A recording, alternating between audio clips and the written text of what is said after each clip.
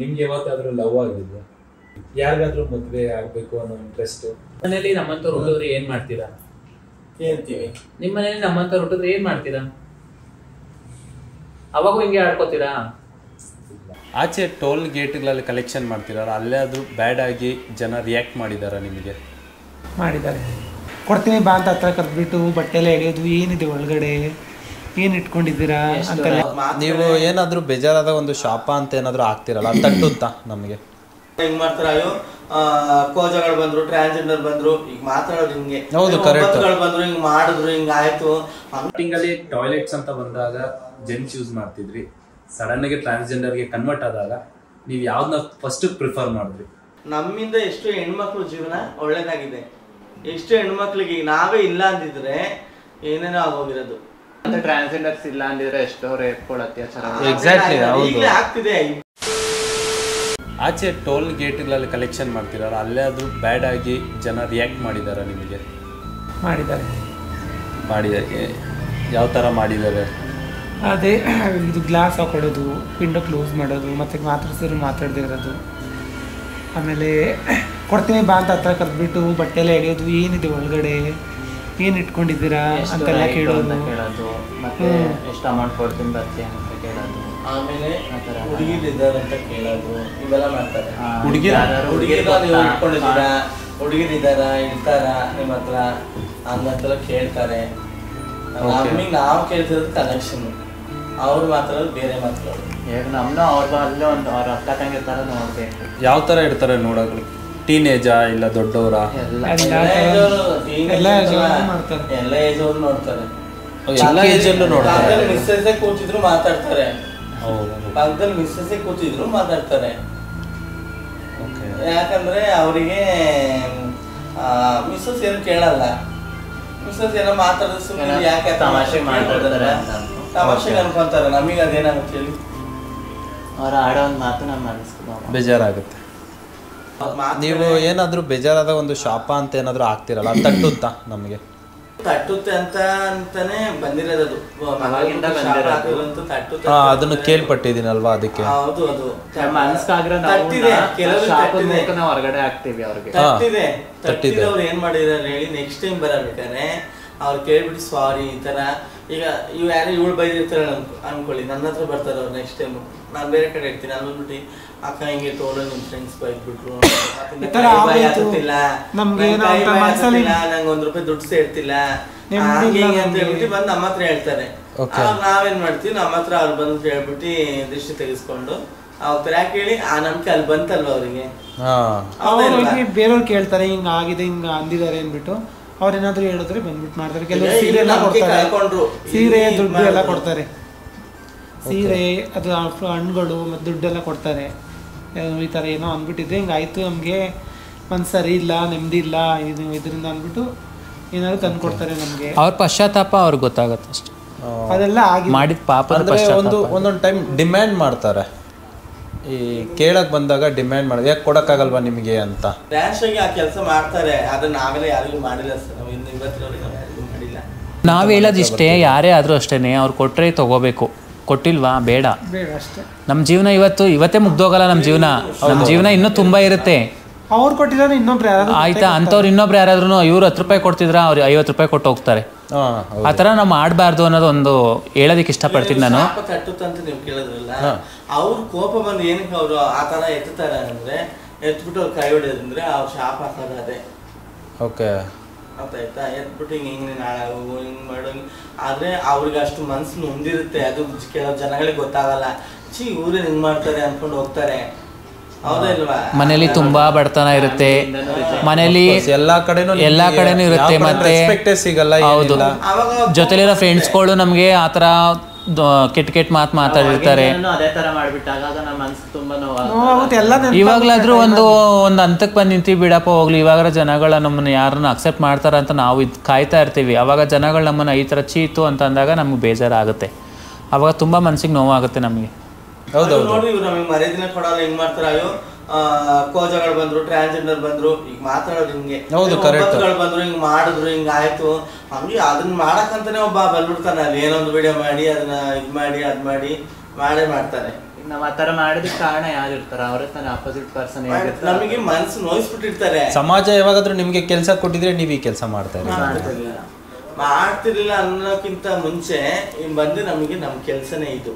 ಇದನ್ನ ಬಿಟ್ಟು ಬೇರೆ ಮಾಡಕ್ಕಂದ್ರೆ ಬಹಳ ಜನಕ್ಕೆ ಆಗಲ್ಲ. ಅದು ಎಜುಕೇಶನ್ ಮಾಡಿರೋರು ಬಂದು ಒಪ್ಕೊಂತಾರೆ. ಎಜುಕೇಶನ್ ಮಾಡಿದ್ರೆ ಅವ್ರು ಬಂದು ಇದನ್ನೇ ಮಾಡಬೇಕು, ಒಂದು ಭಿಕ್ಷಾಟನೆ ಮಾಡಬೇಕು, ಅವ್ರು ಸೆಕ್ಸ್ ವರ್ಕ್ ಮಾಡಲೇಬೇಕು.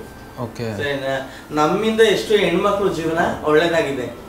ಎಷ್ಟು ಹೆಣ್ಮಕ್ಳಿಗೆ ನಾವೇ ಇಲ್ಲ ಅಂದಿದ್ರೆ ಏನೇನೋ ಆಗೋಗಿರೋದು. ಹೌದು, ಕರೆಕ್ಟ್. ನಿಮ್ಮಿಂದಾನೇ ಎಷ್ಟೋ ಜನ ಹೆಣ್ಮಕ್ಳಿಗೆ ಆರಾಮಾಗಿದೆ, ಸ್ವಲ್ಪ ಪ್ರಾಬ್ಲಮ್ಸ್ ಕಡಿಮೆ ಆಗಿದೆ. ನಮ್ಮಂತ ಟ್ರಾನ್ಸ್ಜೆಂಡರ್ಸ್ ಇಲ್ಲ ಅಂದಿದ್ರೆ ಎಷ್ಟೋ ರೇಪ್ಗಳು ಅತ್ಯಾಚಾರ ಎಕ್ಸಾಕ್ಟ್ಲಿ. ಹೌದು, ಡೈಲಿ ರೋಡಲ್ಲಿ ಇರ್ತಾರೆ, ನಿಂತ್ಕೊಳ್ತಾರೆ. ಸೊ ಎಷ್ಟೋ ಜನ ಹೋಗ್ತಾರೆ ಕಸ್ಟಮರ್ಸ್ ಅಂತ. ಸೊ ನೀವೇ ಇಲ್ಲ ಅಂದ್ಮೇಲೆ ಹುಡುಗಿರ ಮೇಲೆನೆ ಆಗ್ತಿದ್ದು. ಈಗ ಅಕ್ಕದ ಮನೆ ಹೋದ, ಪಕ್ಕದ ಮನೆಗೆ ಹೋದ, ಅದಾಯ್ತು ಇದಾಯ್ತು ಅಂತ ಬರುತ್ತಲ್ವಾ. ಹೌದು, ಈಗ ಅವ್ರು ನಾವಿರೋದ್ರಿಂದ ನಮ್ಮ ಹತ್ರಕ್ಕೆ ಬರ್ತಾರೆ. ಹೌದಾ ಇಲ್ವಾ? ಕರೆಕ್ಟ್. ನಾವೇ ಇಲ್ಲ ಅಂದ್ರೆ ಇನ್ನೊಂದು ಸಾವಿರಾರು ಮನೇಲಿರೋ ಹೆಣ್ಮಕ್ಳು ಕಷ್ಟ ಆಗೋಗ್ತಿತ್ತು. ಅವಾಗ ಅದು ಗೊತ್ತಾಗಲ್ಲ ಜನಗಳಿಗೆ, ಪಬ್ಲಿಕ್ ಗಳಿಗೆ ಅದು ಗೊತ್ತಾಗಲ್ಲ. ಅಯ್ಯೋ ಇವ್ರೇ ಹಿಂಗಿದ್ದಾರೆ ಹಂಗಿದ್ದಾರೆ. ಅವ್ರಿಗಿಂತ ನಾವು ಎಲ್ಲಾದ್ರೂ ನಾವು ಯಾವ್ದು ಕಮ್ಮಿ ಇಲ್ಲ, ಚೆನ್ನಾಗೇ ಇದೀವಿ. ಆದ್ರೂ ಅವ್ರು ಮಾತಾಡೋ ಮಾತುಗಳು ಆತರ, ನಮ್ಮ ಮೈ ನಮ್ಮ ಹಾಕಿದ್ದು. ಹೌದು ಇಲ್ವಾ? ನಮ್ಮ ಮೈ ನಮ್ಮ ಹಾಕಿದ್ದು. ನಾವಿರೋದು ಹಿಂಗೆ, ನಮಗಿಷ್ಟ ಬಂದಾಗ ನಾವಿದೀವಿ. ಇನ್ನೊಬ್ರು ಹೇಳಿ ನಾವು ಮಾಡ್ಬೇಕನ್ನೋದಿಲ್ಲ. ಸೊ ಅವರೆಲ್ಲ ಒಂದು ಆಫೀಸಲ್ಲಿ ಕೆಲಸ ಮಾಡ್ತಾ ಇದ್ದಾರೆ. ಸೊ ಅದ್ರ ಬಗ್ಗೆ ಡೀಟೇಲ್ಸ್ನ ತಿಳಿಸ್ತೀನಿ. ಹೇಳಿ ಅಕ್ಕ, ಯಾವ ಥರ ಆಫೀಸ್ ಇದೆ ನಿಮ್ಮದು, ಆ ಕೆಲಸ ಹೇಗೆ ಮಾಡ್ತಿದ್ದೀರಾ? ಅದು ಏನು ಆಫೀಸ್ ಅಂತಂದರೆ ಅದು ನಮ್ಮ ಕಮ್ಯುನಿಟಿದು, ಅಂದರೆ ನಮ್ಮದೇ ಆದ ಆಫೀಸ್. ಅದು ನಮ್ಮ ಕಮ್ಯುನಿಟಿಗೋಸ್ಕರನೇ ಒಂದು ಆಫೀಸ್ ಮಾಡ್ಕೊಂಡಿದ್ದೀವಿ ನಾವು. ಅಲ್ಲಿ ಆಫೀಸಲ್ಲಿ ನಮ್ಮ ಕುಂದುಕೊರತೆಗಳಾಗಿರ್ಬೋದು ಅಥವಾ ನಮ್ಗೆ ಏನಾದರೂ ಕಷ್ಟ ಸುಖ ಆಗಿರ್ಬೋದು ಅಲ್ಲಿ ಶೇರ್ ಮಾಡ್ಕೊಂಡ್ರೆ ಏನಾದರೂ ಸರ್ಕಾರದಿಂದ ಹೆಲ್ಪ್ ಆಗತ್ತೆ. ಸೊ ಅಕಸ್ಮಾತ್ ಸರ್ಕಾರದಿಂದ ಏನಾದ್ರು ಬೆನಿಫಿಟ್ಸ್ ಬಂದರೆ ಕೂಡ ಅವರಿಂದ ನಮ್ಗೆ ಇನ್ಫಾರ್ಮೇಷನ್ ಸಿಗೋ ಥರ, ಸ್ಪ್ರೆಡ್ ಆಗೋ ಥರ ಅದನ್ನ ಒಂದು ಕೆಲಸ ಮಾಡಿ. ಈಗ ಸರ್ಕಾರದಿಂದ ನಮಗೆ ಒಂದು ಆಧಾರ್ ಕಾರ್ಡ್ ಅಂತ ಮಾಡಿದ್ದಾರೆ. ಹೌದು, ಚಿಕ್ಕ ವಯಸ್ಸಲ್ಲಿ ನಿಮಗೂ ಅಪ್ಪ ಅಮ್ಮ ಮಾಡಿರ್ತಾರೆ. ಹೌದು, ಸಡನ್ ಆಗಿ ಟ್ರಾನ್ಸ್ಜೆಂಡರ್ ಆಗಿ ಕನ್ವರ್ಟ್ ಆಗ್ತೀರಾ. ಸೊ ಆಗ ಯಾವ ಥರ ಜೆಂಡರ್ನ ರೆಪ್ರೆಸೆಂಟ್ ಮಾಡಿ ಆಧಾರ್ ಕಾರ್ಡ್ ಮಾಡಿಸ್ಕೊಡ್ತಾರೆ? ಅದಕ್ಕೆ ಒಂದು ಡಾಕ್ಟರ್, ಇವಾಗ ನಮ್ಗೆ ಸರ್ಜರಿ ಆಗಿದೆ ಅಲ್ವಾ, ಹಾಸ್ಪಿಟಲ್ ಅಲ್ಲಿ ಒಂದು ಇದು ಕೊಡ್ತಾರೆ, ಏನು ಸರ್ಟಿಫಿಕೇಟ್ ಕೊಡ್ತಾರೆ, ಜೆಂಡರ್ ಸರ್ಟಿಫಿಕೇಟ್ ಅಂದ್ಬಿಟ್ಟು ಹಾಸ್ಪಿಟಲ್ ಒಂದು ಸರ್ಟಿಫಿಕೇಟ್ ಕೊಡ್ತಾರೆ. ಆ ಸರ್ಟಿಫಿಕೇಟ್ ಏನಂತ ಮೆನ್ಷನ್ ಮಾಡ್ತಾರೆ? ಅಲ್ಲಿ ನಮ್ದು ಹಳೆ ಹೆಸರು, ಹಳೆ ಹೆಸರು ಮತ್ತು ಹೊಸ ಹೆಸರು ಎರಡು ಮೆನ್ಷನ್ ಮಾಡಿರ್ತಾರೆ. ಸ್ಟಾರ್ಟಿಂಗ್ ಹಳೆ ಹೆಸರು ಇರುತ್ತೆ, ಚೇಂಜಸ್ ನೇಮ್, ಅದು ಅದ್ರ ಆಧಾರದ ಮೇಲೆ ಆಧಾರ್ ಕಾರ್ಡ್ ಮಾಡ್ಬೋದು. ಹೆಸರನ್ನ ನೀವೇ ಇಟ್ಕೊಳ್ತೀರಾ? ನಾವು ದೊಡ್ಡವ್ರು ಇರ್ತಾರೆ. ನಮ್ ದೊಡ್ಡವರು ಯಾರಾದ್ರೂ ಆ ಹೆಸರು ಇದ್ರೆ ಆ ಹೆಸರು ಇಡಲ್ಲ. ಇವಾಗ ಒಬ್ರಿಗೆ ಇಟ್ಟರೆ ಹೆಸರು ಇನ್ನೊಬ್ರು ಇಡಕ್ಕೆ ಇದ್ ಮಾಡಲ್ಲ. ಒಬ್ಬರಿಗೆ ಬೇರೆ ಕಮ್ಯುನಿಟಿಯಲ್ಲಿ ಇಡ್ತಾರೆ, ಅಲ್ಲಿ ಇಟ್ಕೋತಾರೆ. ನಿಮ್ಮ ಕಮ್ಯುನಿಟಿಯಲ್ಲಿ ಯಾವ್ದು ಇಟ್ಕೊಳ್ಳಲ್ಲ. ನಿಮ್ಗೆ ಯಾವತ್ತಾದ್ರೂ ಲವ್ ಆಗಿದ್ದು? ಲವ್ ಆಗಿದೆ, ಬಟ್ ಇವಾಗಿದೆ. ನಿಮ್ಗೆ ನೋ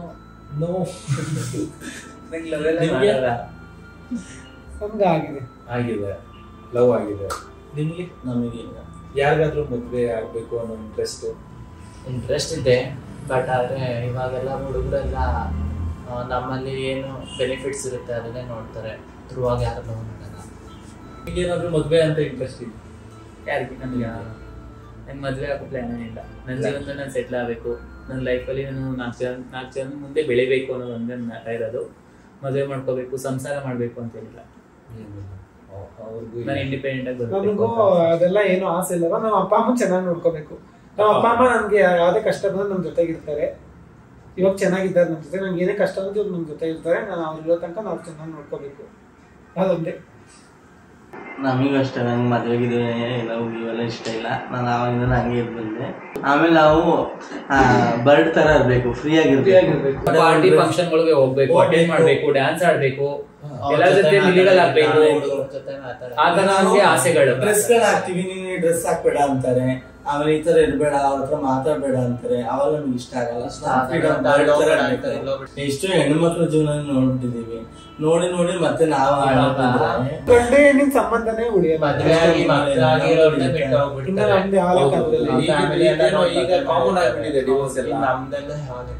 ಎಂತೆಂಥವ್ರೆಲ್ಲ ಡಿವೋರ್ಸ್ ಆಗೋದ್ರು. ಲವ್ ಮಾಡಿ ಮದುವೆ ಆಗಿರೋರು ಕೂಡ ದೂರ ಆಗ್ಬೇಕು ತುಂಬಾ ಜನ. ಎಷ್ಟೊಂದು ಇವಾಗ ನಡೀತಿದೆಯಲ್ಲ ಟಿವಿ ನ್ಯೂಸ್ ಚಾನಲ್ಸ್ ಎಲ್ಲ. ಸೇಮ್ ಅದೇ ಈಗ ಹಿಂಗೆ ಒಂದು ಫ್ಯಾಮಿಲಿ ಒಂದು ಹುಡುಗಿ ಮದುವೆ ಮಾಡಿದ್ರೆ ಹೆಂಗೆ ನಡೆಯುತ್ತೋ ಎಲ್ಲ ಸೇಮ್ ಅದೇ ತರನೇ, ಬಟ್ ಮಕ್ಳೊಂದಾಗಲ್ಲ ಅಷ್ಟೇ. ನಮ್ಗೆ ಗರ್ಭಕೋಶ ಇರಲ್ಲ, ಮಕ್ಳು ಆಗಲ್ಲ. ದತ್ತು ತಗೊಂಬೋದು, ದತ್ತು ತಗೋಬಹುದು, ದತ್ತು ತಗೊಂಡು ಆಗುತ್ತೆ ಅಂತ ಅನ್ಕೊಂಡಿದ್ದೆ. ಜಸ್ಟ್ ಮದ್ವೆ ಆಗ್ಬೋದು ಅಷ್ಟೇ. ಮದುವೆ ಆದ್ರೆ ನೀವು ನಿಮ್ಮ ಕಮ್ಯುನಿಟಿಯಲ್ಲಿರೋರ್ನೇ ಮದುವೆ ಆಗ್ತೀರಾ, ಇಲ್ಲಾಂದ್ರೆ ಬೇರೆ ಜೆಂಡರ್ ಅಂದ್ರೆ ಮೇಲ್ ಜೆಂಡರ್ನ ಮದುವೆ ಆಗ್ತೀರಾ? ಮೇಲ್ ಜೆಂಡರ್ ಪ್ರಿಫರ್ ಮಾಡೋದು ಅವ್ರನ್ನೇನಾ, ಇಲ್ಲ ಲೈಕ್ ನಿಮ್ದ್ರಲ್ಲೇ ಏನಾದ್ರು ಟ್ರೈ? ಇಲ್ಲ, ಇದರಲ್ಲಿ ಎರಡು ತರ ಮಾಡ್ಬೋದು. ಕಮ್ಯುನಿಟಿಲೂ ಕಮಿಟೆಡ್ ಆಗ್ಬೋದು, ಒಬ್ಬ ಮೆನ್ನ ನೋಡಿ ಇಷ್ಟಪಟ್ಟು ಮಾಡ್ಕೊಬೋದಾಗುತ್ತೆ.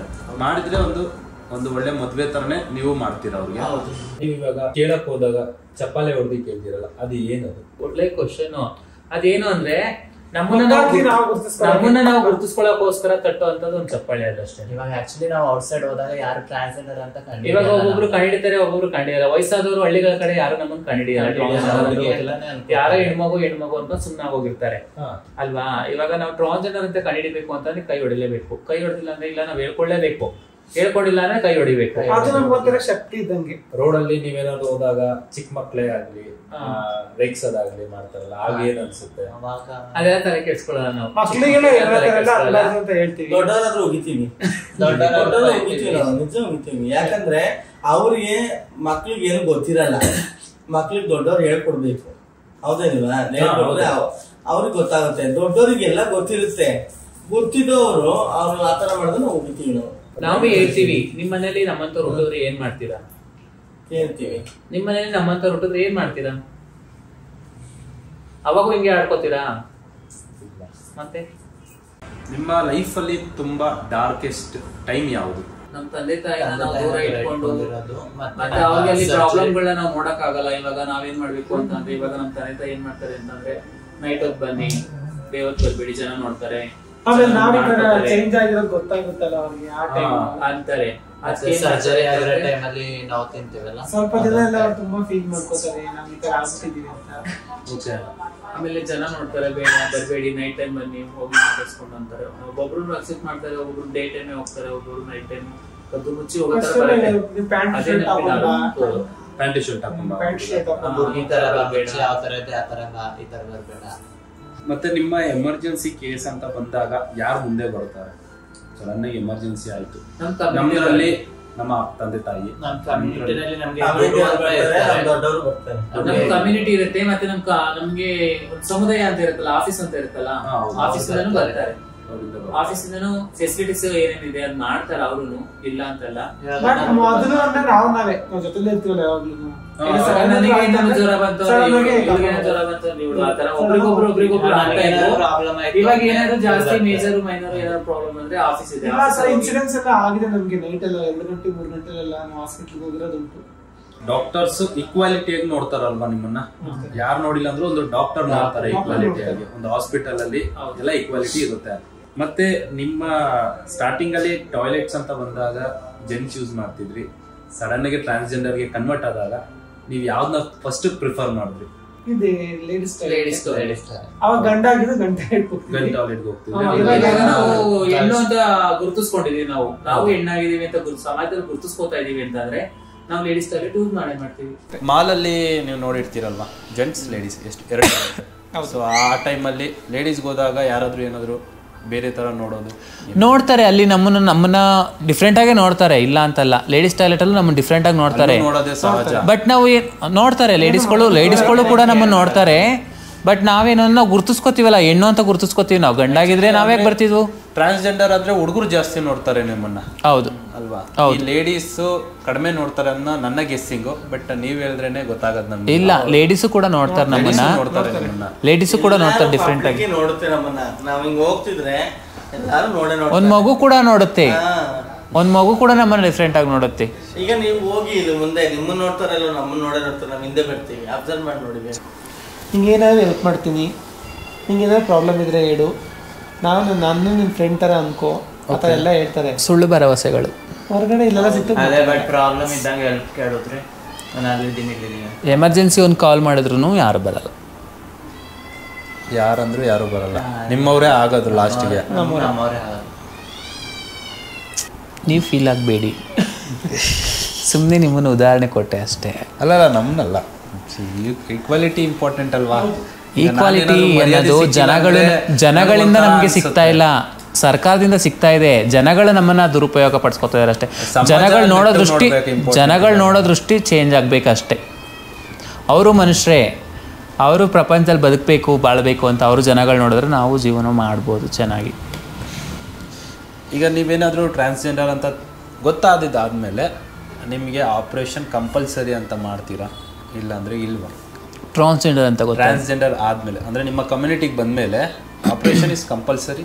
ನೋ, ಅದು ಅವ್ರ ಮೇಲೆ ಡಿಪೆಂಡ್, ಅದು ಅವ್ರ ಇಷ್ಟ. ಆಪರೇಷನ್ ಮಾಡಿಸ್ಕೊಳ್ಳೋ ಆಸೆ ಇದ್ರೆ ಮಾಡಲ್ಲ, ಕೌನ್ಸಿಲಿಂಗ್ ತಗೋಬೇಕು.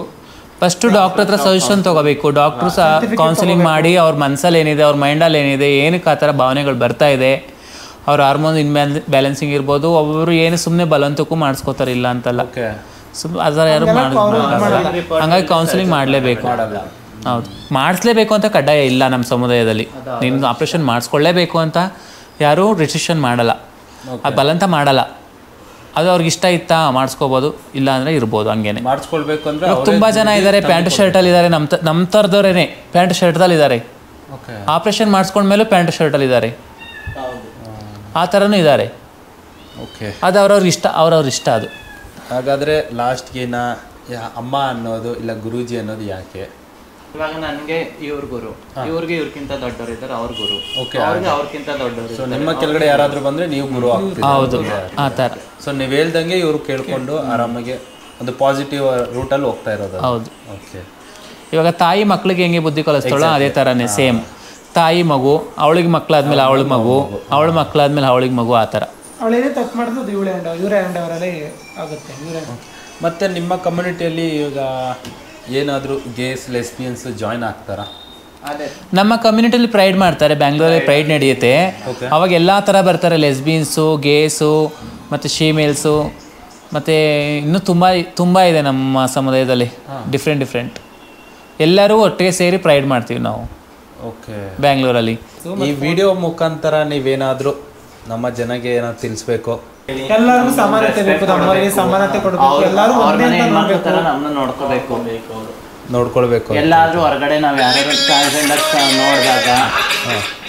ಟ್ರಾನ್ಸ್ಜೆಂಡರ್ಸ್ನ ನೋಡಿದಾಗ ಕೆಟ್ಟ ದೃಷ್ಟಿಲಿ ನೋಡೋದು ಸ್ವಲ್ಪ ಕಡಿಮೆ ಆಗುತ್ತೆ. ಸೊ ಸಮಾಜದಲ್ಲಿ ಒಂದು ಈಕ್ವಾಲಿಟಿ ಬೇಕು ಅಂತ ನೀವು ಕೇಳ್ತಾ ಇದ್ದೀರಾ? ಓಕೆ, ಅವನಲ್ಲ ಅವಳು. ಸೊ ಈ ಮೂವಿನ ನೀವು ನೋಡಿ, ಈಗ ನೀವೇನು ನೋಡ್ತಾ ಇದ್ದೀರಾ ಅದು ಅವನಲ್ಲ ಅವಳು.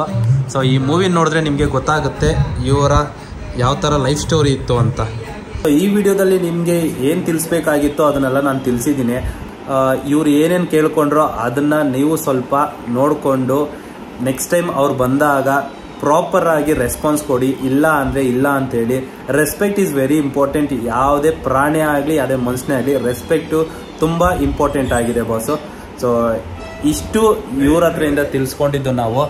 So thank you so much ಎಲ್ಲರಿಗೂ. ಈ ವಿಡಿಯೋ ಮುಖಾಂತರ ಎಲ್ಲರಿಗೂ ನೀವು ತಿಳಿಸ್ಕೊಟ್ಟಿದ್ದೀರಿ ಅಂತ ಅಂದ್ಕೊಂಡಿದ್ದೀನಿ ನಾನು. ಸೊ ನಮ್ಮ ಜನ ಏನೋ ಚೇಂಜಸ್ ಆಗ್ತಾರೆ ಅಂತ ಅಂದ್ಕೊಂಡು ನಾನು ಈ ವಿಡಿಯೋನ ಮಾಡಿದ್ದೀನಿ. ನಮಗೂ ಎಷ್ಟೊಂದು ಟೆನ್ಷನ್ ಇರುತ್ತೆ, ಬಂದು ಕಾಸು ಕೇಳಿದಾಗ ಅಯ್ಯೋ ನನ್ನ ಹತ್ರ ಎಲ್ಲಿದೆ ಕಾಸು ಅನ್ನೋರು ಎಷ್ಟೊಂದು ಜನ ಇರ್ತೀರಿ. ಸೊ ನಿಮ್ಮ ವಿಡಿಯೋ ಅಂದರೆ ನೀವೇನು ಹೇಳಿದ್ದೀರೋ ಅದ್ರ ಮುಖಾಂತರ ಅವರು ತಿದ್ಕೊಳ್ತಾರೆ, ನಾನು ತಿದ್ಕೊಳ್ತೀನಿ. ಸೊ ನೆಕ್ಸ್ಟ್ ಟೈಮ್ ಏನಾದರೂ ತಪ್ಪು ಮಾಡಿದರೆ so sorry. So next time ಈಗ ಇಷ್ಟೆಲ್ಲ ನನಗೆ ಹೆಲ್ಪ್ ಮಾಡಿರೋದ್ರಿಂದ ಸೊ ನಾವೆಲ್ಲಾದ್ರೂ ಇವಾಗ ಹೋಗಿ ಲಂಚ್ ಮಾಡ್ಬೋದು, ಊಟ ಮಾಡಿಲ್ಲ. ಸೊ ಬನ್ನಿ ಹೋಗಿ ಊಟ ಮಾಡ್ಕೊಂಡ್ಬರೋಣ. ನಾವು ಕೇಳ್ಕೊಳ್ಳೋದು ಇಷ್ಟೇ, ಸಮಾಜದಲ್ಲಿ ನಮಗೂ ಸಮಾನತೆ ಕೊಡಿ.